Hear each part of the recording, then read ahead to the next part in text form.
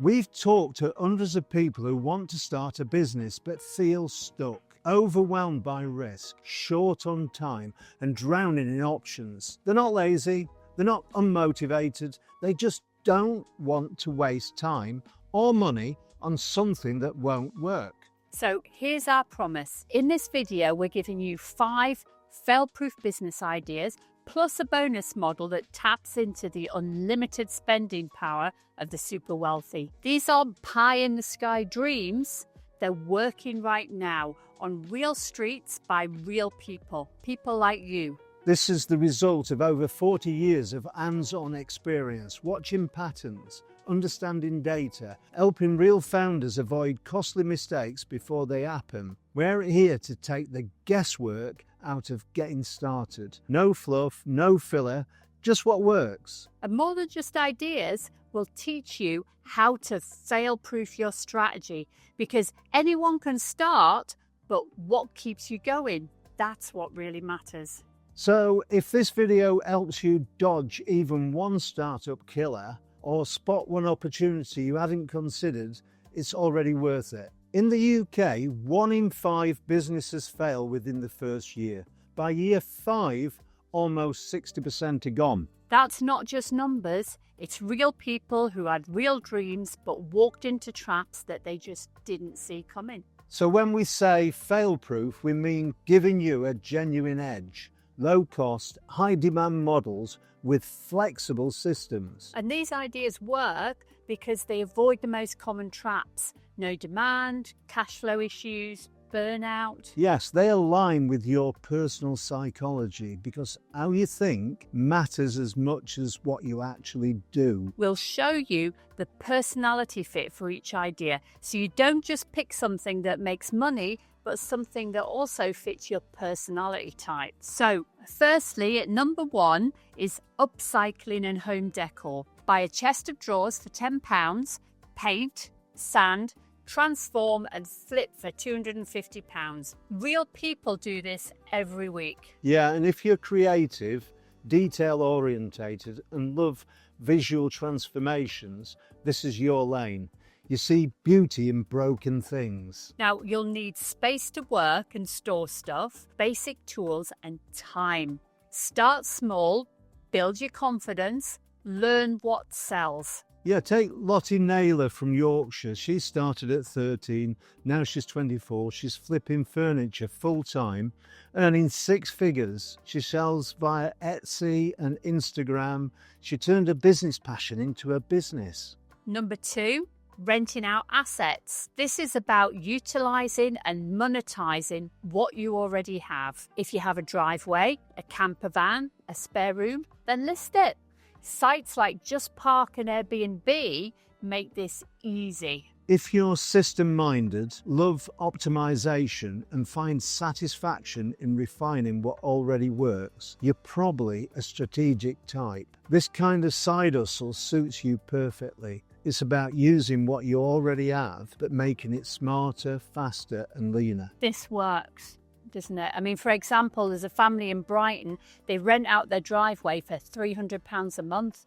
Zero hassle. Add in Airbnb and you're earning from spare rooms or holiday lets. Then there's Fat Llama. It's a site where you rent out your gear. Cameras, tools, drones, even DJ decks. If it sits in your cupboard and someone else could use it, it's probably rentable. And Stashby, same idea, but with space. You can rent out your garage, your loft, or even a spare parking spot. It's all scalable, flexible income using assets you already own. Dog walking, dog grooming, tutoring, or garden care. People always need these. Why? Well, they're personal, essential, and local. Yeah, we've all taken that walk down the high street, coffee in hand, chatting with a friend, and past a dog groomer with a queue out the door. Yeah. And that same friend, she can't get her pooch booked in for 6 weeks.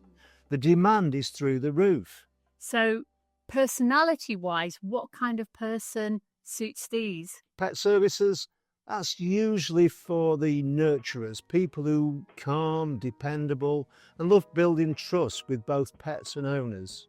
Gardening, that often attracts quiet grafters, hands-on types, independent people who take pride in slow, visible progress. They're practical, steady, and often happiest outdoors. And tutoring, that's for the patient explainers, people who light up when someone finally gets it. They're good communicators, natural encouragers, and often thrive on helping others grow. But be aware, these kind of side hustles often follow the seasons. Gardening spikes in summer when people want their outdoor spaces looking good, but come winter, it slows right down.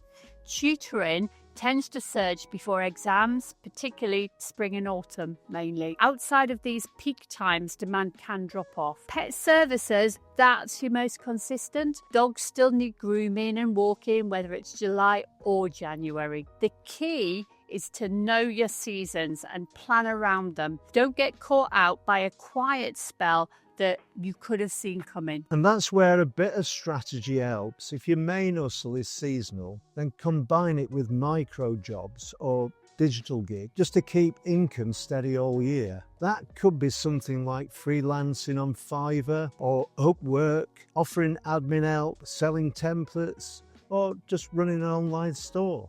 Those don't rely on weather or the school calendar. The idea is simple. Use high seasons to earn strong and low seasons to diversify or build recurring income streams that keep things flowing. Number 4 is reselling auction finds and marketplace flips. You buy low, fix it up or clean it up, sell higher.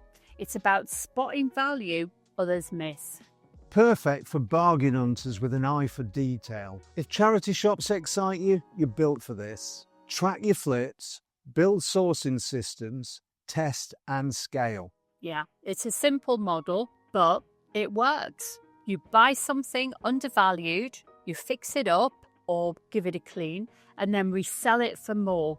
Now, that might be furniture, tech, designer clothes, even toys or tools. The magic is in spotting value where other people don't see it, turning overlooked items into solid profit. James Clark from Birmingham does exactly that. He flips tech and designer goods, mostly second-hand, treats it like a business, tracks his wins, builds systems, and he's now making around $2,000 a month on top of his job. It's not luck, it's learning to see what others miss. This kind of side hustle suits the treasure hunters, people who get a buzz from finding a bargain, who love the thrill of the search. It also appeals to the refiners, those with a good eye and a steady hand, people who enjoy fixing, cleaning, restoring, bringing things back to life. If charity shops, car boot sales, Facebook Marketplace, that kind of stuff excites you, you're wired for this. But here's the key. Track what you flip. Build simple sourcing systems. Know where your best finds come from. Test what works. Improve your process. Scale it up. That's how casual hobbies become a solid income stream. And at number 5, mystery shopping, product testing and micro jobs. There's no stock, no setup, no long-term commitment, just small tasks, trying out new products, reviewing services, giving feedback on websites, or even visiting shops and reporting back. It's called mystery shopping, product testing, or micro jobs, and there's more of it around than people realise. It's ideal for people who want to earn from their phone, work flexibly, and try something new without too much risk. Yes, this kind of side hustle suits those curious completers, people who love ticking things off a list. They're independent, reliable, enjoy variety in their week. If you get bored easily or want something low pressure to dip into, this is a solid place to start. Emma Jones from Manchester is a great example. She does this part-time and she fits it around her kids. She earns between $400 and $600 a month, mostly by picking high-value gigs and sticking to a simple routine with it. She's not chasing every opportunity, she's working smart and staying consistent. There's one sector that cuts across all 5, serving the wealthy. In the UK, the top 10% people own over half the nation's wealth. That's not a moral judgment, It's a market reality, and it opens the door to a serious opportunity, whether it's pet care, tutoring, gardening, flipping high-end goods, or concierge-style microservices. Every one of these models can be repositioned for premium clients, or you could build a standalone business that combines all those needs, offering tailored, I trust services to time-poor, cash-rich customers.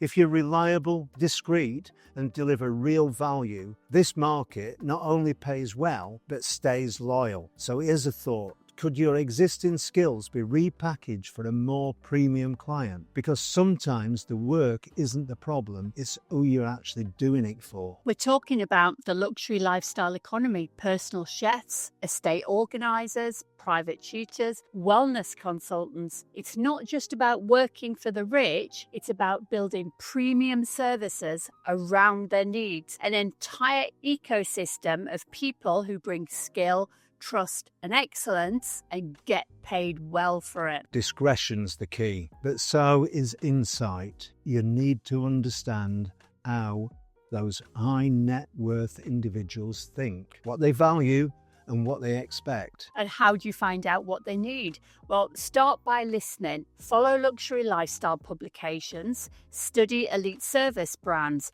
network in high-end environments. Skills matter, but so does polish, emotional intelligence, anticipation. You're not just solving problems, you're elevating experiences. Yeah, one woman that we work with started as a housekeeper, and now she runs a boutique relocation consultancy for UHNWFs.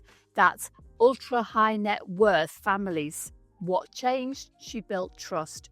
Then she built a brand. And in a world where 50 families now hold more wealth than the poorest 34 million people combined, the demand for premium, personalised services isn't slowing down. And let's talk about the psychology. So who's going to have an advantage in this high net worth environment then? Okay, so this model, this high-end net worth band of gold, let's call it, suits a rare blend.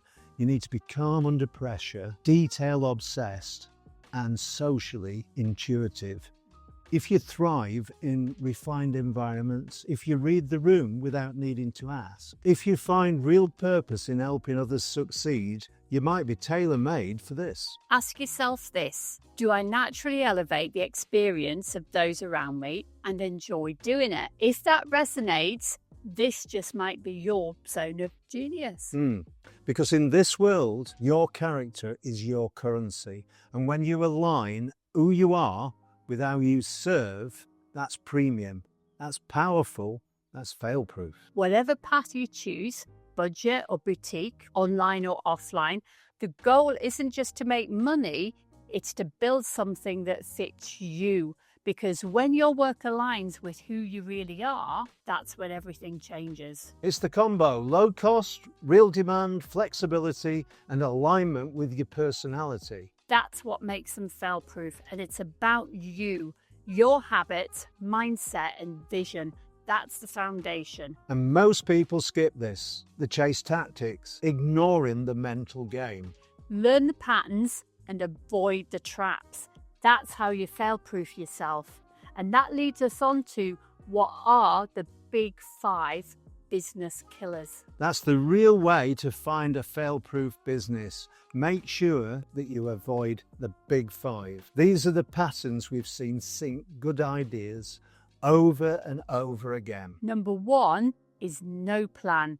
If you're starting without a strategy, you're not building, you're guessing. It's a bit like jumping into a car with no map. You're not on a journey, you're on a mystery tour. And most of those end in a cowfield arguing with a sat-nav. Number 2, can't take feedback. If you flinch every time someone gives you feedback, you'll stagnate. Business needs movement, not defensiveness. Be a scientist, not a preacher. A scientist runs tests. A preacher defends beliefs even when they're wrong. Number 3, ignore cash flow. Cash flow isn't a finance issue, it's a survival issue. It's the oxygen of your business. Ignore it and you'll be gasping before you even notice the problem. Yeah, number 4 is a lack of focus. Jumping from one idea to another idea might feel exciting, but it kills momentum. Focus is what creates traction. Without it, you're just spinning your wheels. And number 5 is no demand. If you're solving problems no one has, that's not innovation, it's isolation. That's how businesses bleed out slowly, doing great work that no one needs. All 5 ideas we gave you earlier, they're in demand right now. That's the foundation. Build on that and you're already ahead. And here's your quick self-check. If you resist feedback, if you chase every shiny new idea, and if planning feels boring and cash flow feels technical, you've just spotted your risk zone. But don't panic. Just name it so you can work around it, because spotting the danger early, that's what makes your business fail-proof.